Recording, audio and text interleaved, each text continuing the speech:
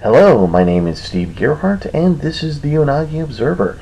Today is going to be a quick music review of a Japanese hardcore punk band that went by the name of Nurse. Okay, just to let you know, this is not a J-pop band that I am doing a review of, but a Japanese hardcore punk band. While I have a very good knowledge of American and British punk and hardcore punk, which also stems from my time as the frontman for the punk band Fart Couch. Yes, you heard that correctly. I am severely lacking when it comes to Japanese hardcore punk. I attended the Japanese hardcore punk panel at the 2017 Otaku convention and was really surprised at how much I enjoyed the clips I got to hear. As an anime fan, I am familiar with J-pop, but my Japanese punk and alternative music is limited really to P-Lander Z, Shonen Knife, and a nodding acquaintance to Gizm. So I've been listening to some hardcore Japanese punk, and I want to talk about a little gem of a band called Nurse. Before I talk about Nurse, let me address hardcore punk as a genre real quick. Hardcore punk as a genre is very limited and fairly simple, but that is the point of hardcore punk. Hardcore punk, like regular punk, is meant to be angry about the society of the time, in this case the late 70s and early 80s. Punk in general is angry and is against conservative politics, economics policies, and social norms. I believe that conservatism is stifling, backwards, and intolerant, and the conservative movement was at its height in the 80s in many countries, including the United States. Punk was a very angry and a desperate scream against conservatism in general. Punk as a musical genre had a very short life. It lasted only from 1976 to about 1987. Hardcore punk of that genre lasted really just only 4 to 5 years. A large part is due to the fact that punk, particularly hardcore punk, wasn't commercially viable, so its audience was very limited and it never grew as a result. Now that you have a very short and inadequate history of punk, let us now talk about Nurse. Regretfully, my historical knowledge of Nurse is very limited as there is very little information out there. I do know that they formed in late 1982, early 1983. As of 2011, they were still performing with massive lineup changes. They only did 2 records. Their 2 records were, the first one was called, aptly, Nurse, for Incest Records in 1983, and Nurse 2 for ADK Records in 1984. They are considered to be the first all-female hardcore punk band in the world. And by that, I think it's meant that they are the first to make records. There have always been other all-female punk bands, but like so many others, they didn't get signed as quickly as Nurse did. The first Nurse album is pretty tight in terms of production. It sounds really good.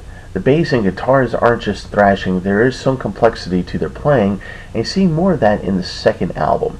And as a trademark in hardcore punk, there is very limited on the guitar solo, but a larger emphasis on rhythm.